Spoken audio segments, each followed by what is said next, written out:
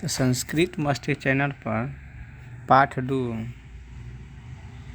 Lesson 2 है प्रकाश का अपवर्तन। भौतिक विज्ञान का इम्पोर्टेंट क्वेश्चन है प्रकाश का अपवर्तन का इम्पोर्टेंट क्वेश्चन बताएंगे। तो आइए देखते हैं पहला क्वेश्चन क्या है। तो देखिए ये विषय सूची है भौतिक विज्ञान का, जिसमें ये पाठ प्रकाश का अपवर्तन 2 पाठ है। यही आज इसका इम्पोर्टेंट क्वेश्चन जानेंगे।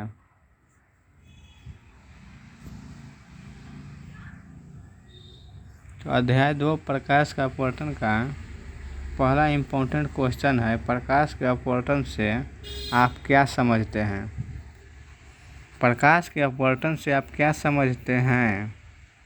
तो उत्तर है जब प्रकाश एक माध्यम से दूसरे माध्यम में प्रवेश करता है तो प्रकाश की दिशा में परिवर्तन को प्रकाश का अपवर्तन कहते हैं। जब प्रकाश एक माध्यम से दूसरे माध्यम में प्रवेश करता है तो उसके दिशा में परिवर्तन को प्रकाश का अपवर्तन कहते हैं। जैसे प्रकाश विरल माध्यम है, सघन माध्यम में जाएगा तो उसका दिशा डायरेक्शन चेंज होता है, तो उसी को प्रकाश का अपवर्तन कहते हैं। देखिए नोट में 2 लाइन लिखा हुआ है। पहला पॉइंट कह रहा है कि जब प्रकाश सघन माध्यम से विरल माध्यम में प्रवेश करता है तो अभिलंब से दूर भागता है, और दूसरा जब प्रकाश विरल माध्यम से सघन माध्यम में प्रवेश करता है तो अभिलंब की ओर मुड़ जाता है। विरल माध्यम कठिन से आसान में जाएगा तो अभिलंब के पास आएगा, और आसान से कठिन के पास जाएगा तो अभिलंब से दूर भागेगा प्रकाश की किरण। तो चित्र में बताएंगे। तो आइए जानते हैं प्रकाश के अपवर्तन के कितने नियम हैं। वो प्रकाश के अपवर्तन से क्या समझते हैं, पहला क्वेश्चन था।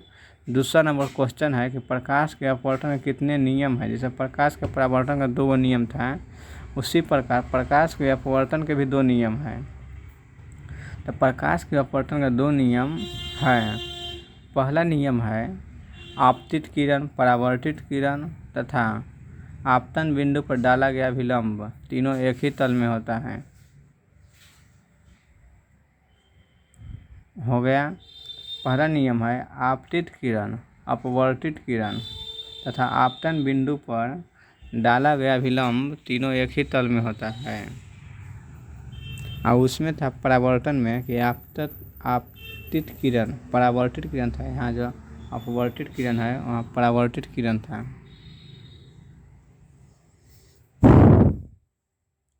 तो पहला नियम। दूसरा नियम है प्रकाश के किसी विशेष रंग के लिए आपतन कोण की ज्या तथा परावर्तन कोण की ज्या का अनुपात किन्हीं 2 माध्यमों के लिए एक नियतांक होता है, नियतांक या स्थिरांक, अर्थात म्यू बराबर साइन आई बाईटा साइन आर। म्यू जो है नियतांक है, जहाँ म्यू एक नियतांक है। नोट में वो लाइन लिखा है कि प्रकाश के अपवर्तन के दूसरे नियम को स्नेल का नियम कहा जाता है। कबो को बिहार बोर्ड में देगा कि स्नेल का नियम लिखे, तो ये कोई अलग नियम नहीं है। यही जो प्रकाश के किसी विशेष रंग के लिए आपतन कोण की ज्या तथा अपवर्तन कोण की ज्या का अनुपात किन्हीं 2 माध्यमों के एक नियतांक होता है, अर्थात म्यू बराबर साइन आई बटा साइन आर, जहाँ म्यू एक नियतांक है। यही है स्नेल का नियम।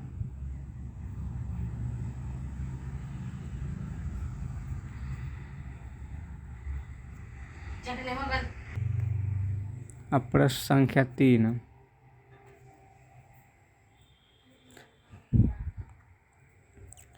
3 है प्रकाश के अपवर्तन के क्या कारण है। प्रकाश के अपवर्तन का कारण क्या है?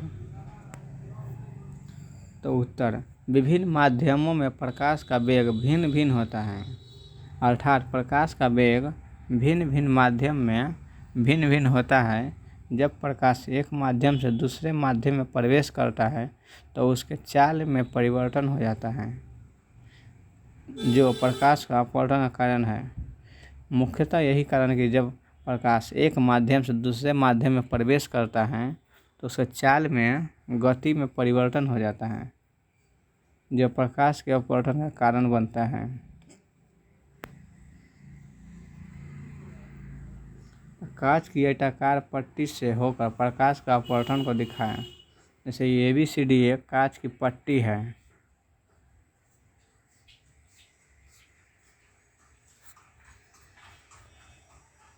ये ABCD ये कांच की पट्टी है, जिस पर देखिए यहाँ से प्रकाश आ रहा है।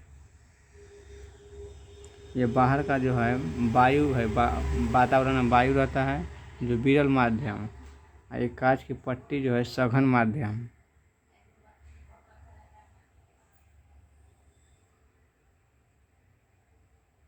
तो हम बताए हैं कि जब प्रकाश विरल माध्यम से सघन माध्यम में प्रवेश करता है तो अभिलंब की ओर मुड़ जाता है। यही है, अभिलंब की ओर मुड़ गया है।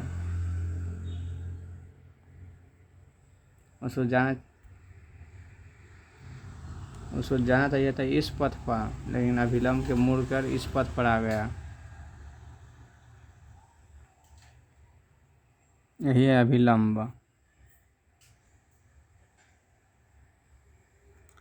अब प्रश्न संख्या 5 कह रहा है पार्श्विक विस्थापन से क्या समझते हैं। पार्श्विक विस्थापन तो कांच की आयताकार सिल्ली से निकलने वाली निर्गत किरण तथा आपतित किरण के बीच की लंबिक दूरी को पार्श्विक विस्थापन कहते हैं।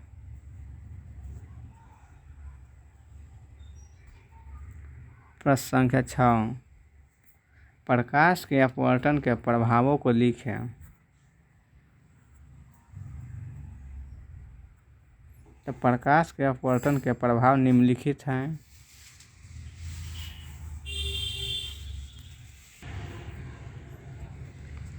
तो पहला है बाल्टी में रखा हुआ सिक्का उठा हुआ प्रतीत होना, ये सब प्रकाश के अपवर्तन के प्रभाव हैं। दूसरा, पानी में रखी हुई छड़ी मुड़ी हुई प्रतीत होना। तीसरा, मछुआरों को मछली भेजने में कठिनाई होना। और चौथा, तारों को टिमटिमाना। जैसे जब मछुआरा मारने जाता है तो देखिएगा मछली यहाँ पर दिखाई देता है, लेकिन वहाँ पर नहीं रहता है और नीचे में रहता है। तो ये सब प्रकाश के अपवर्तन के कारण दिखाई पड़ता है। सिक्का उठा हुआ प्रतीत होगा, पानी में रखी हुई छड़ी मुड़ी हुई प्रतीत होगी, मछुआरों को मछली मारने में कठिनाई होता है, और तारों का टिमटिमाना। इसी में से उदाहरण देगा कि तारों का टिमटिमाना ये सभी पूछता है।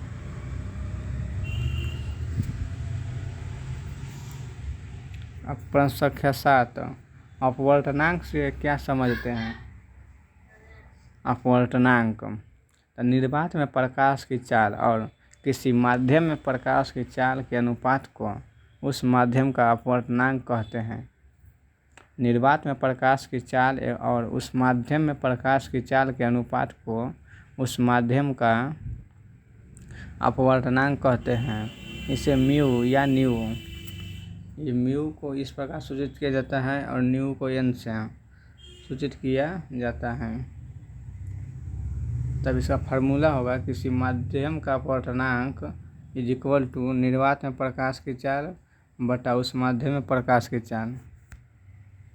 तो अर्थात किसी माध्यम का अपवर्तनांक को म्यू से सूचित करते हैं और निर्वात में प्रकाश की चाल को c से और इसको उस माध्यम में प्रकाश की चाल को v से। जहाँ c निर्वात में प्रकाश की चाल है और v जो है किसी माध्यम में प्रकाश की चाल। तो ये प्रश्न संख्या 7 रहा। अपवर्तनांक से आप क्या समझते हैं। तो कह रहा है कि निर्वात में प्रकाश की चाल और किसी माध्यम में प्रकाश की चाल के अनुपात को उस माध्यम का अपवर्तनांक कहते हैं। इसे म्यू या न्यू दोनों में से कोई किसी से भी सूचित किया जाता है। जैसे हम यहाँ पर म्यू लिखे हैं, आप न्यू भी लिख सकते हैं।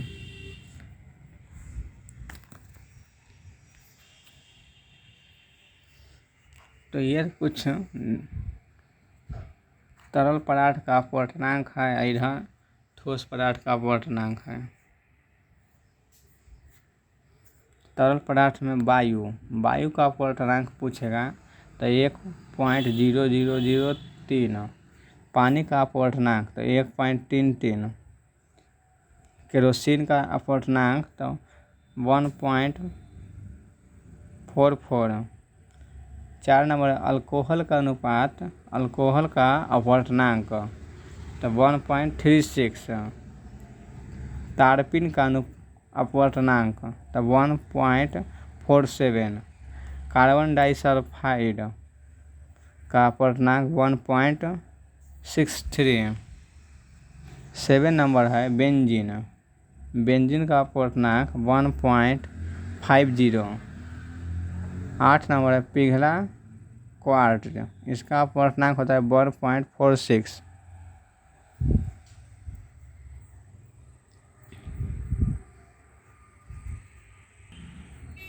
अब आते हैं ठोस पदार्थ। ठोस पदार्थ में पहला बर्फ आता है, तो बर्फ का अपवर्तनांक 1.31। क्राउन कांच का 1.48 से 1.61। अब फिलंट कांच इसका होता है 1.53 से 1.96। Candela, balsam 1.53। मानिक का इंग्लिश में कहते हैं रूबी 1.71। एक होता है नीलम, इसका होता है 1.77। ये पूछा हुआ क्वेश्चन है बिहार बोर्ड में। फिर सिंधा नमक का 1.54 और हीरा का देखिए 2.42। ये भी इम्पोर्टेंट है।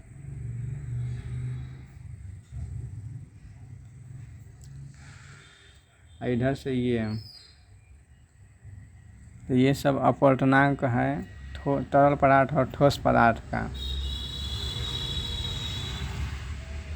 अब प्रश्न संख्या 8 कह रहा है लेंस से क्या समझते हैं, यह कितने प्रकार का होता है लेंस। इसे हम प्रकाश के परावर्तन में हम पढ़े थे दर्पण के बारे में, और प्रकाश के अपवर्तन में पढ़ेंगे लेंस के बारे में, और लेंस के बारे में पढ़ेंगे लेंस सूत्र पढ़ेंगे। तो लेंस जानते हैं, दो निश्चित आकार वाले ज्यामितीय सतहों से घिरा पारदर्शी माध्यम लेंस कहलाता है, जिसका एक भाग वक्रित या मुड़ा अवश्य रहता है। कह रहा है दो निश्चित आकार वाले ज्यामितीय सतहों से घिरा पारदर्शी माध्यम लेंस कहलाता है, जिसका एक भाग वक्रित आवश्यक रहता है। तो दो निश्चित आकार मतलब दो को एक ही तरह के आकार लेना है ज्यामितीय सतह। जैसे हम दो को वृत्त ले लिए, तो दो वृत्त को इस प्रकार रखना है।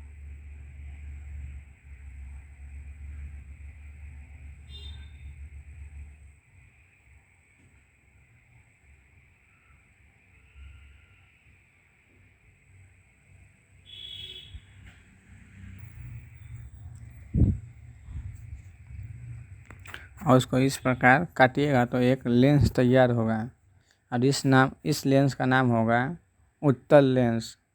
दो गो निश्चित आकार वाले ज्यामितीय सतह से बना है उत्तल लेंस, और उसी प्रकार अवतल लेंस भी बनता है। देखिए हम दो गो गोला ले लिए हैं, इसी को अवतल लेंस बनेगा। और इस पर दो गो लाइन ड्रा कर दिए, अब इसको किनारे से इरेज कर देंगे।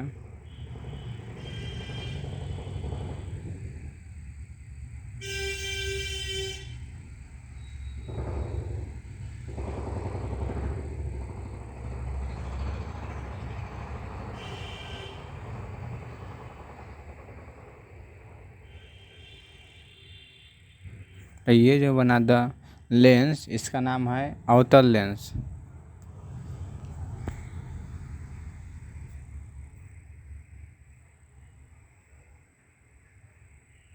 तो ये उत्तर, ये अवतल, दो लेंस है।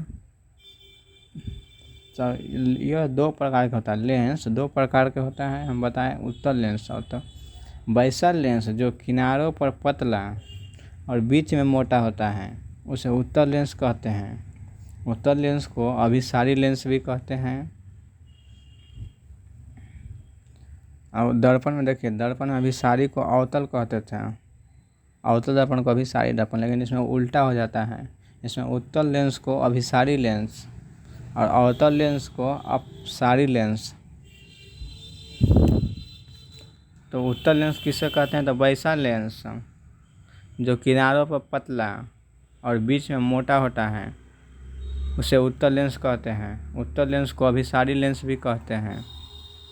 अब जानते हैं अवतल लेंस, वह लेंस जो किनारों पर मोटा तथा बीच में पतला होता है उसे अवतल लेंस कहते हैं या अपसारी लेंस कहते हैं।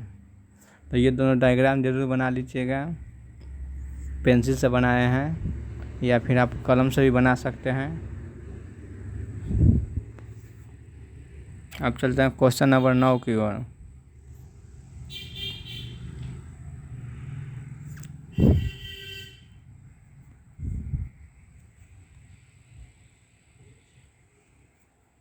तो लेंस से संबंधित भागों का उल्लेख करें। दर्पण में भी उसका संबंधित भाग का उल्लेख बताए थे, कहाँ पर वक्रता त्रिज्या है, कहाँ फोकस दूरी है। तो इसमें भी लेंस के संबंधित भागों का उल्लेख करेंगे आज हम। तो पहला है वक्रता केंद्र। तो लेंस में दो वक्रता केंद्र और दो फोकस होता है। तो लेंस जिस गोले का भाग होता है उसके केंद्र को वक्रता केंद्र कहते हैं। लेंस जिस गोले का भाग होता है उसके केंद्र को वक्रता केंद्र कहते हैं। लेंस में दो वक्रता केंद्र होते हैं, जिसको डायग्राम में देखिएगा तो C1 C2 का दर्शाया गया है। यहाँ C1 है, यहाँ C2 है। अब मुख्य अक्ष, लेंस के वक्रता केंद्र को मिलाने वाली रेखा मुख्य अक्ष कहलाती है। लेंस के वक्रता केंद्र को मिलाने वाली रेखा मुख्य अक्ष कहलाती है। अब मुख्य फोकस जानेंगे। तो मुख्य फोकस है लेंस को मुख्य अक्ष के समांतर चलने वाली प्रकाश किरणें लेंस से अपवर्तन के बाद मुख्य अक्ष के जिस बिंदु से होकर गुजरती है उसे लेंस का मुख्य फोकस कहते हैं। लेंस में दो मुख्य फोकस होते हैं, F1 F2।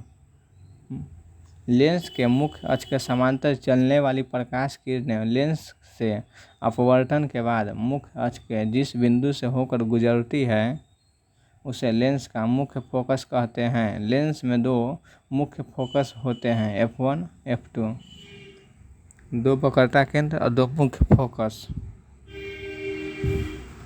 अब 4 नंबर प्रकाश केंद्र। 4 नंबर है प्रकाश केंद्र या प्रकाशीय केंद्र। तो लेंस के भीतर मुख्य अक्ष पर स्थित वह बिंदु जहाँ से कोई भी प्रकाश की किरणें बिना विचलन के होकर गुजर जाती है या गुजरती है उसे लेंस का प्रकाश केंद्र कहते हैं। लेंस के भीतर मुख्य अक्ष पर स्थित वह बिंदु जहाँ से कोई भी प्रकाश की किरणें बिना विचलन के होकर गुजरती है उसे लेंस का प्रकाश केंद्र कहते हैं।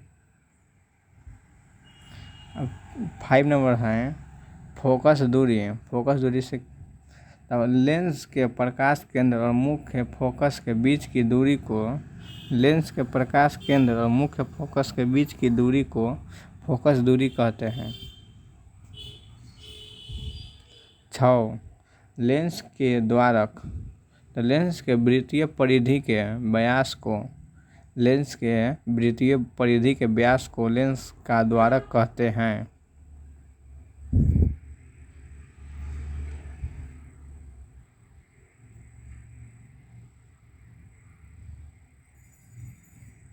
अब 10 नंबर प्रश्न, उत्तल लेंस को अभिसारी लेंस क्यों कहते हैं? तो उत्तल लेंस अपने मुख्य अक्ष के समांतर चलने वाली प्रकाश किरणों को मुख्य फोकस पर अभिसरित कर देती है, इसलिए उत्तल लेंस को अभिसारी लेंस कहते हैं। देखिए ये दो मुख्य अक्ष के समांतर किरण गई है, ये मुख्य फोकस पर अभिसरित हो जाएगी।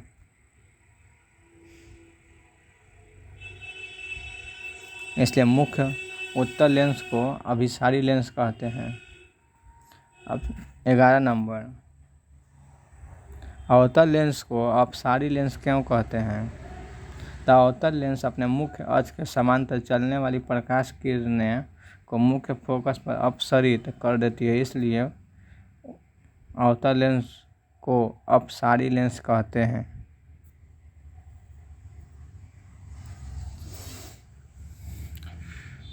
अवतल लेंस अपने मुख्य अक्ष के समांतर चलने वाली प्रकाश किरणों को मुख्य फोकस पर अपसरित कर देती हैं, इसलिए अवतल लेंस को अपसारी लेंस कहा जाता है। अब क्वेश्चन नंबर 12 का है कि लेंस की क्षमता से क्या समझते हैं? लेंस की क्षमता, तो लेंस की फोकस दूरी के व्युत्क्रम को लेंस की क्षमता कहते हैं। इसे P द्वारा सूचित किया जाता है तथा इसका SI मात्रक डायोप्टर होता है, जिसे D से सूचित करते हैं। और लेंस की क्षमता 1 फोकस दूरी अर्थात P = 1/f। लेंस की फोकस दूरी के व्युत्क्रम को लेंस की क्षमता कहते हैं। तो लेंस की क्षमता बराबर 1 फोकस दूरी। तो लेंस की क्षमता को P से सूचित करते हैं, P = 1/f। ये सभी जो है परिभाषा से ही ये सूत्र बनते हैं। अब क्वेश्चन नंबर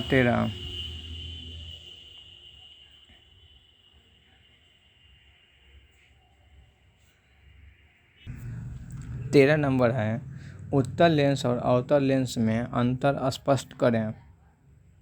तो उत्तल लेंस एक तरफ लिखेगा अवतल लेंस, तो यह किनारों पर पतला तथा बीच में मोटा होता है उत्तल लेंस, और अवतल लेंस यह किनारों पर मोटा तथा बीच में पतला होता है। उत्तल लेंस यह वास्तविक तथा काल्पनिक दोनों तरह का प्रतिबिंब बनाता है, अवतल लेंस यह केवल काल्पनिक प्रतिबिंब बनाता है। उत्तल लेंस में तीसरा पॉइंट है, उत्तल लेंस को अभिसारी लेंस कहा जाता है, अवतल लेंस को अपसारी लेंस कहा जाता है। प्रश्न संख्या 14 कह रहा है आपको अवतल लेंस, उत्तल लेंस और एक कांच की पट्टिका दी गई है, बिना स्पर्श किए आप उन्हें कैसे पहचानेंगे? तो इसका उत्तर है किसी मेज पर उत्तल लेंस, अवतल लेंस और कांच की पट्टिका को रख देंगे और तीनों के सामने बारी बारी से पुस्तक के किसी पृष्ठ पर छपे अक्षर को देखेंगे। यदि पृष्ठ पर छपे अक्षर अपने वास्तविक आकार से बड़ा दिखाई देता है तो वह उत्तल लेंस होगा। यदि पुस्तक के पृष्ठ पर छपे अक्षर अपने वास्तविक आकार से छोटा दिखाई देता है तो वह अवतल लेंस होगा। और तीसरा है, यदि पृष्ठ पर छपे अक्षर अपने वास्तविक आकार के बराबर दिखाई देता है तो वह कांच की पट्टी होगी। यही है 14 नंबर प्रश्न। अब प्रश्न संख्या 15 की ओर चलते हैं। टोटल 25-26 प्रश्न है। प्रश्न 15 है, लेंस सूत्र स्थापित करें। लेंस सूत्र को सिद्ध करना है, तो उत्तल लेंस में सिद्ध करें और अवतल लेंस में भी सिद्ध करना है। और लेंस सूत्र होता है 1/v - 1/u = 1/f। देखिए यहाँ लेंस सूत्र लिखा हुआ है 1/v - 1/u = 1/f। ये लेंस सूत्र है। तो इसका इस प्रकार डायग्राम बना लीजिएगा। ये भी एक वस्तु है, इसको फिर ऐसे चला है इस प्रकार, फिर ऐसे फोकस होकर गुजर गया, फिर वो यहाँ से चला इसे, यहाँ मिल गया तो यहाँ ए डैश बी डैश का प्रतिबिंब बना है। आई F1 F2 C1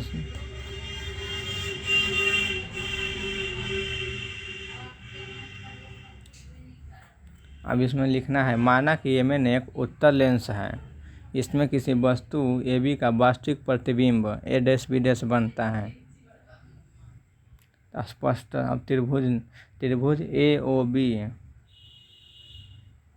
देखिए यहाँ पर है ए, यहाँ पर ओ, यहाँ बी, ए ओ बी में, और समरूप है त्रिभुज A dash O B, A dash O B.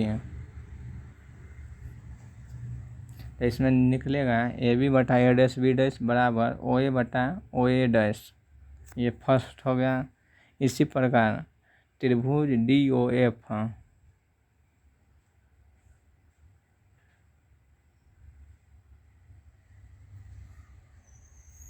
त्रिभुज डी ओ एफ वन, यहाँ डी ओ और यहाँ F one, D O F one समरूप है त्रिभुज A dash B dash F one, A dash B dash F one. यहाँ पर दो त्रिभुज होगा ये वाला।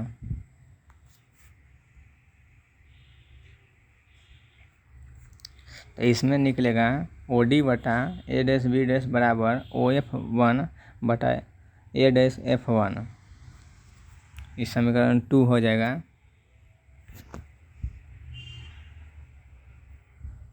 तो समीकरण 2 होगा ए बी बटा ए डैश बी डैश बराबर ओ एफ वन बटा में ओ ए माइनस ओ एफ वन, ये समीकरण 2 है। तो फर्स्ट एंड सेकंड से ओ ए बटा O A dash is equal to O F one बटा O A dash minus O F one, यह समीकरण 3 आ गया। अब चिन्ह परिपाटी के नियम से ओ ए माइनस यू हो जाएगा, ओ ए डैश भी हो जाएगा, और ओ एफ वन एफ। तो इस मान को समीकरण 3 में रखने पर, समीकरण 3 में ओ ए की जगह रखना है माइनस यू, तो माइनस यू रख दिए। फिर ओ ए डैश की जगह रखना है भी, तब भी रखा गया।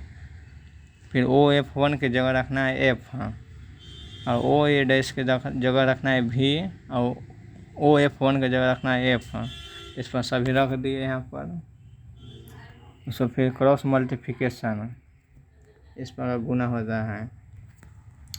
तो समीकरण बन गया minus u into v minus f is equal to v f, फिर बराबर हो गया minus u v plus u f बराबर भी एफ। फिर समीकरण u f minus v f, इसको एन में किया गया है, is equal to u f u v. दोनों तरफ यू भी एफ से भाग देने पर यू एफ बटा u v f minus v f बटा u v f is equal to u v बटा यू भी एफ, सब कट जाएगा, एक को नीचे बच जाएगा। तो 1/v माइनस 1/u बराबर 1/f, ये लेंस सूत्र उत्तल लेंस में सिद्ध हुआ। अब अवतल लेंस में सिद्ध करना है। तो ये अवतल लेंस का चित्र है। इसमें ए भी एक वस्तु रखा गया है, इसका प्रतिबिंब बना है यहाँ पर, ए डैश बी डैश बहुत छोटा बना है। इसमें लिखना है कि माना कि एम एन एक चित्र जरूर बनाइएगा, चित्र से समझ में आएगा। यू जो है वस्तु दूरी है, भी प्रतिबिंब दूरी है, एफ फोकस दूरी है। यहाँ पर सब दर्शाया गया है, ये है यू, ये भी, ये एफ।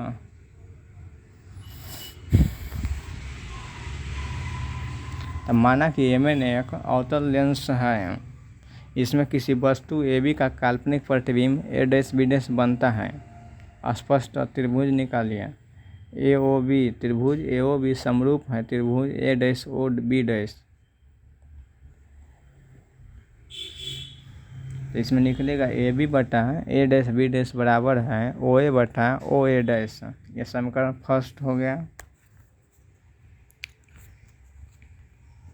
इसके बाद इसी प्रकार त्रिभुज डी ओ एफ समरूप है त्रिभुज A dash B dash F क्या, तो इसमें निकलेगा ओ डी बटा ए डैश बी डैश बराबर ओ एफ बटा ए डैश एफ। तो फिर ओ डी को ए बी कहते हैं। कैसे, देखिए ये रहा ओ डी और ये है ओ डी, इसी का समानांतर है ए बी, इसलिए ओ डी को ए बी कहा जाता है। तो ए बी बटा ए बी डैश बराबर ओ एफ बटा O F minus O A dash. तो ओ एफ में से ओ ए डैश घटाइएगा तो ए डैश एफ निकलेगा। तो ये समीकरण सेकंड हो गया। तो फर्स्ट और सेकंड से ओ ए बटा O A dash is equal to O F बटा O F minus O A dash बराबर, ये थर्ड समीकरण है। फिर चिन्ह परिपाटी के नियम से कौन प्लस होगा कौन माइनस, चिन्ह परिपाटी के नियम हम बता दिए हैं। तो ओ ए बराबर minus u, O A dash बराबर माइनस भी और ओ एफ बराबर माइनस एफ। तो इस मान को समीकरण थर्ड में रखने पर माइनस यू बटा minus v is equal to minus f बटा माइनस एफ माइनस अब माइनस भी। तो ये माइनस माइनस प्लस हो गया, कट गया है। तो यू भी बटा माइनस एफ प्लस भी। अब इसको क्रॉस मल्टीप्लिकेशन करना है। देखिए ये समीकरण आया, तो इसको क्रॉस मल्टीप्लिकेशन करने पर आया u into minus F plus भी बराबर माइनस भी एफ। फिर इसको minus U F plus you भी बराबर माइनस भी एफ। फिर इधर उधर करने पर यू भी बराबर you f minus v f. फिर दोनों तरफ यू भी एफ से भाग देने पर यू भी बटा यू भी एफ बराबर यू एफ बटा u v f minus you f बटा यू भी एफ। तो सब कट जाएगा। 1/f बराबर 1/v माइनस 1/u। तो इसी को आप सजा के लिख दीजिए 1/v माइनस 1/u बराबर 1/f। ये प्रूव्ड हो गया।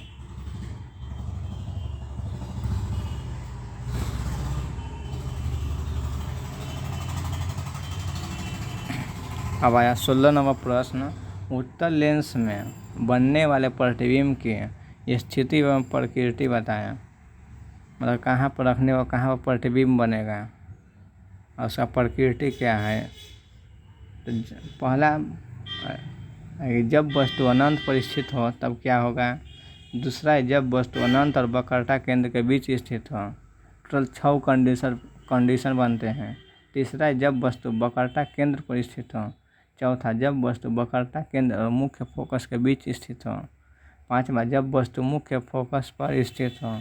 और छठवां कंडीशन है जब वस्तु मुख्य फोकस और प्रकाश केंद्र के बीच स्थित है। तो देखिए पहला का उत्तर है जब वस्तु अनंत पर स्थित रहेगा। तो अनंत पर आएगा तो इस प्रकार डायरेक्शन में आएगा और ये फोकस पर कटेगा और फिर वही इधर से आएगा इससे। तो ये हमें इसका प्रतिबिंब उल्टा बना है ए डैश बी डैश, और उल्टा बनाया, उल्टा को वास्तविक कहते हैं। उल्टा वास्तविक प्रतिबिंब ग में है कि वस्तु से बहुत छोटा, अनंत पर की चीज़ बहुत बड़ा दिखती है लेकिन उसका प्रतिबिंब बहुत छोटा बना है। और घ मुख्य फोकस पर बना है।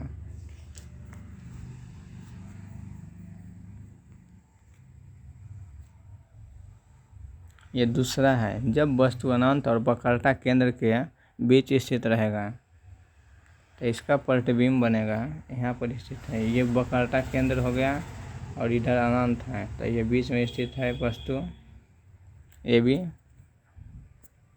तो इसका प्रतिबिंब देखिए यहाँ पर बना है ए डैश बी डैश। ये उल्टा बना है, वास्तविक बना है, वास्तविक प्रतिबिंब इसका बना है। अब वस्तु से छोटा बना है और कहाँ बना है तो एफ और 2f के बीच बना है। एफ फोकस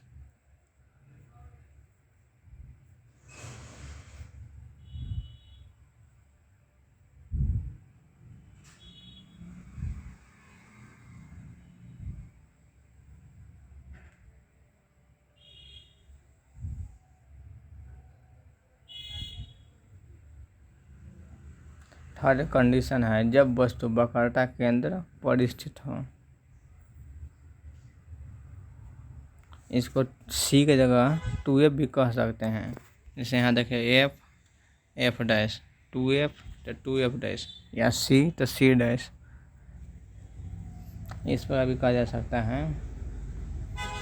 2f को वक्रता केंद्र पर, तो f यानी फोकस और 2f के बीच है, मतलब फोकस और वक्रता केंद्र के बीच है। थर्ड नंबर है जब वस्तु वक्रता केंद्र पर स्थित रहेगा तो इसका प्रतिबिंब वक्रता केंद्र पर बनता है। तो उल्टा बना है, देखिए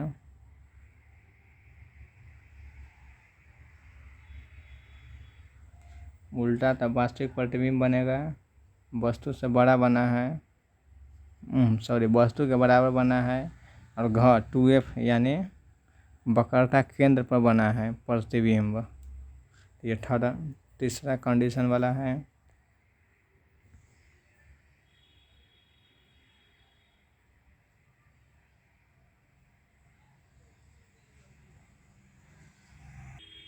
चलिए अब चौथा कंडीशन है कि जब वस्तु वक्रता केंद्र और मुख्य फोकस के बीच स्थित हो। तो ये वक्रता केंद्र और ये फोकस, तो इसके बीच में स्थित है वस्तु। इसका प्रतिबिंब देखिए यहाँ बना है, उल्टा बना है, वास्तविक प्रतिबिंब बना है, वस्तु से बड़ा बना है, और 2f और अनंत के बीच बना है। 2f यानी वक्रता केंद्र और अनंत के बीच बना है।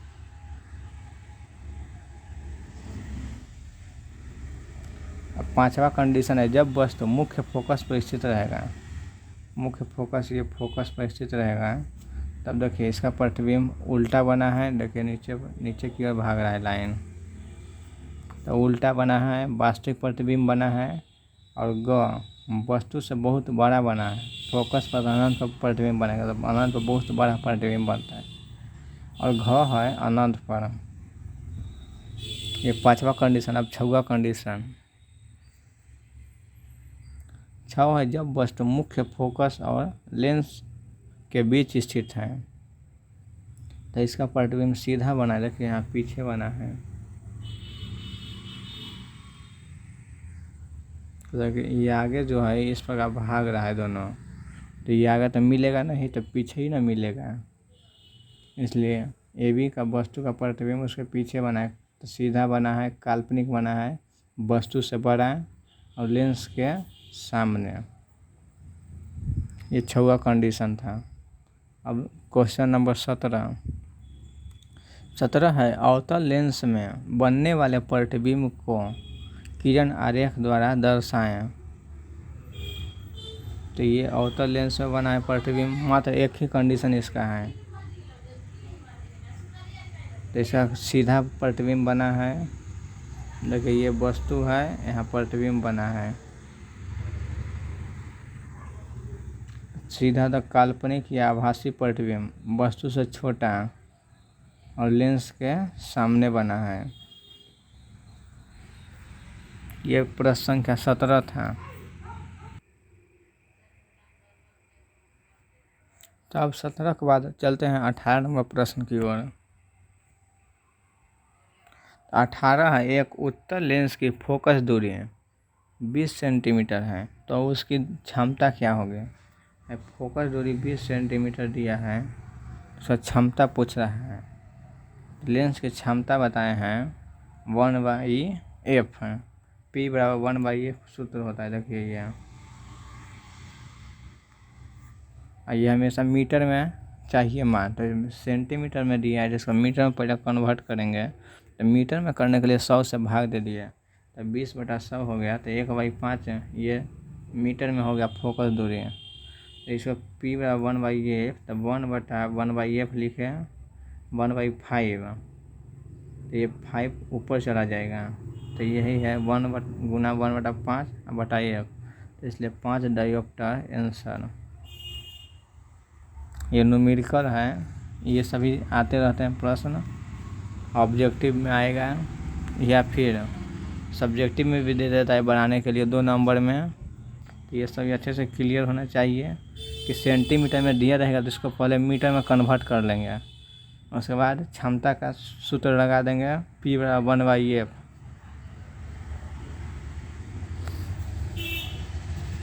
अब प्रश्न संख्या 19 की ओर चलते हैं। 19 है, एक लेंस की क्षमता दिया है 5 डायोप्टर प्लस 5 डायोप्टर, तो बताइए कि लेंस कैसा है और उसकी फोकस दूरी क्या है। तो प्लस में दिया रहेगा तो उत्तल लेंस, माइनस में दिया रहेगा तो अवतल लेंस।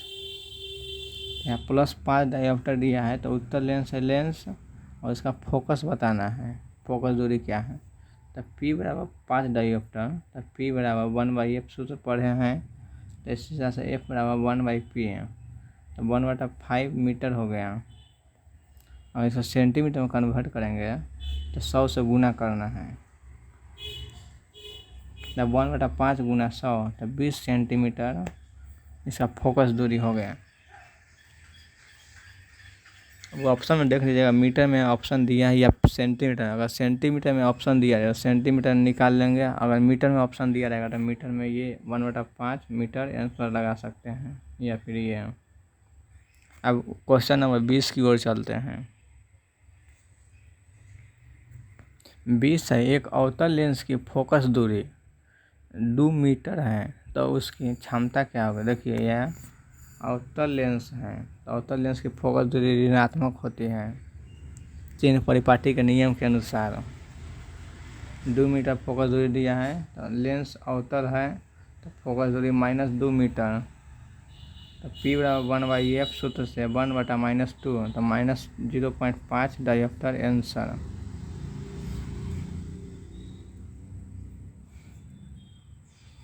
वन बाई टू को आधा करते हैं तो इसी को 0.5 डायोप्टर भी।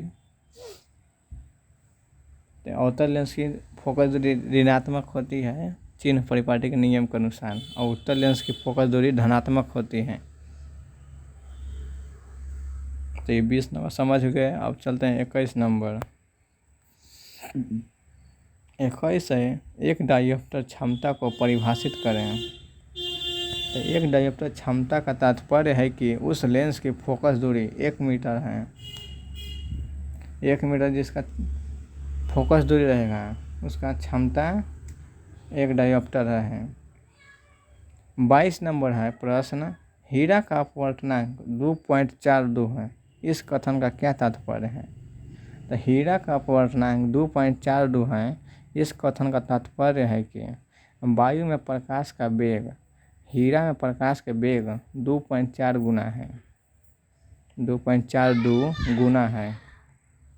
जो वायु का में प्रकाश का वेग है, हीरा में प्रकाश के वेग का इतना गुना है। ये क्वेश्चन आया हुआ है। प्रश्न संख्या 23, किसी माध्यम का अपवर्तनांक किन कारणों पर निर्भर करता है। तो किसी माध्यम का अपवर्तनांक पदार्थ की प्रकृति और प्रकाश के रंग पर निर्भर करता है। 23 नंबर। अब चलते हैं 24 नंबर प्रश्न की ओर। 24, अपवर्तनांक की गहराई के संदर्भ में किस प्रकार परिभाषित किया जाता है। तो अपवर्तनांक बराबर गहराई के संदर्भ में करना है, तो गहराई में वास्तविक गहराई बटा आभासी गहराई। अपवर्तनांक बराबर हो जाएगा वास्तविक गहराई बटा आभासी गहराई। 25 नंबर, प्रकाश हवा से कांच की प्लेट में प्रवेश करती है, हवा से कांच की प्लेट में प्रवेश करती है, तो जिसका अपवर्तनांक 1.5 है।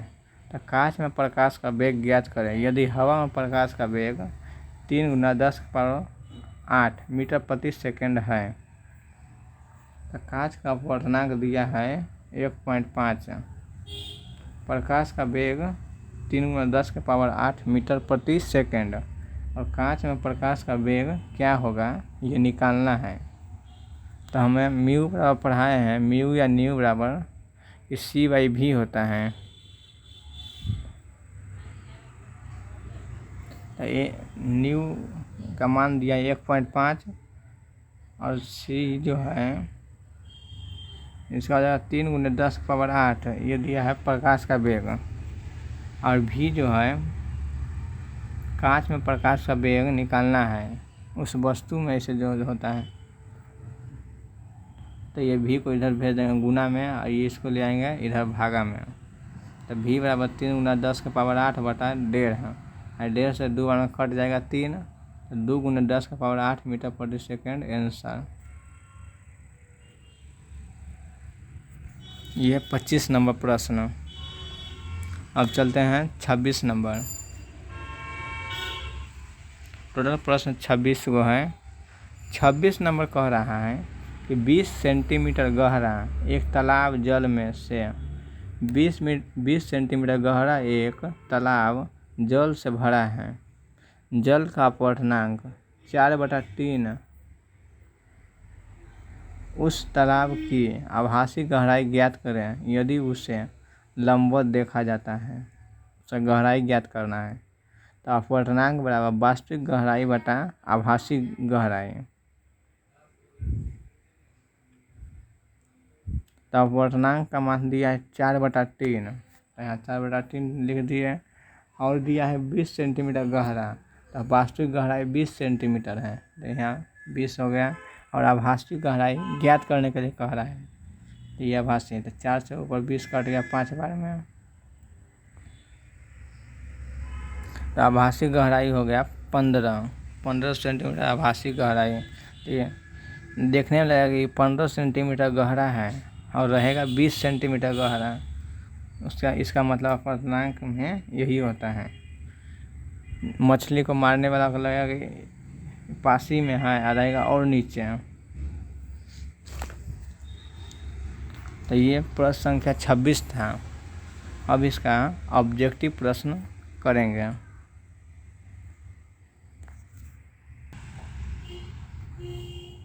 तो ऑब्जेक्टिव प्रश्न देखते हैं। तो प्रकाश का अपवर्तन का MCQ 1 नंबर है। MCQ का फुल फॉर्म होता है मार्क चॉइस क्वेश्चन। 1 नंबर है उत्तर लेंस को और किस नाम से जानते हैं, तो उत्तर लेंस को अभिसारी लेंस। 2 नंबर रखिए अवतल लेंस को और किस नाम से जानते हैं, तो अवतल लेंस को अपसारी लेंस। 3 नंबर अवतल लेंस में किस तरह का प्रतिबिंब बनता है, अवतल लेंस में सीधा और वस्तु से छोटा।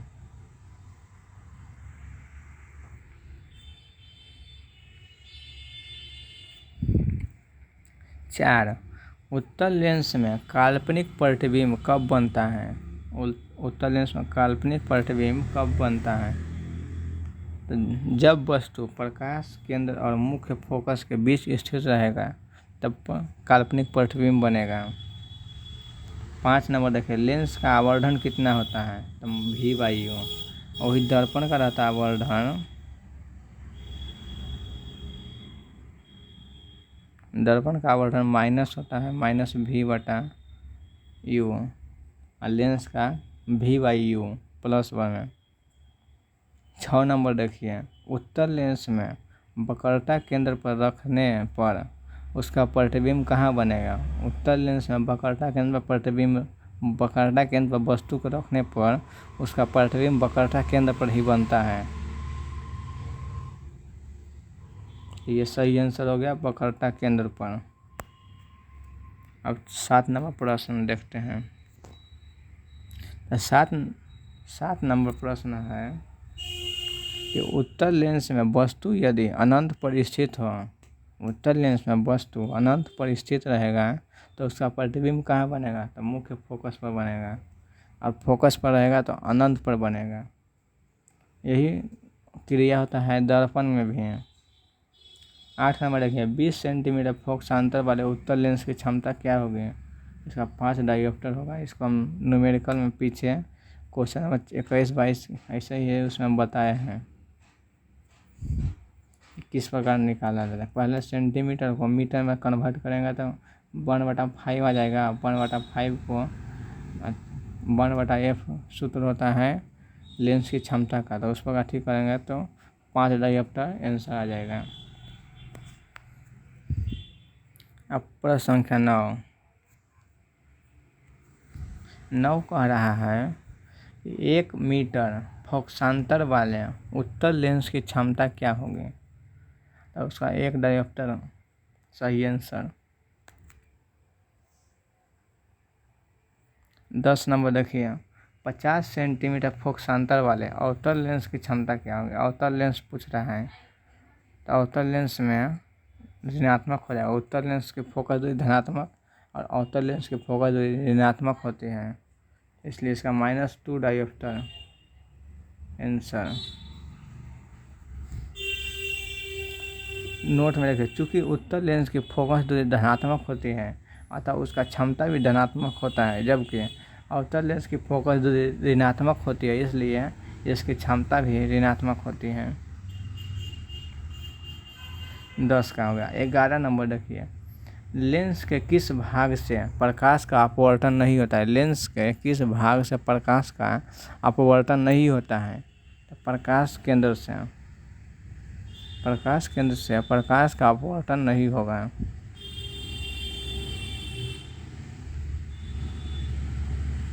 ये है प्रकाश का अपवर्तन का इम्पोर्टेंट क्वेश्चन सब हम बता दिए। लेसन 2 था। अब अगले पाठ में लेसन 3 पढ़ेंगे, मानव नेत्र और रंग बिरंगा संसार। तो वीडियो अच्छा लगा हो तो अपने दोस्तों के पास शेयर करें, सब्सक्राइब करें और बेल आइकन ज़रूर दबाएं, जिससे हमारे जल्द से जल्द जो वीडियो अपलोड करें आपके पास जल्द पहुंच जाए। तो धन्यवाद दोस्तों।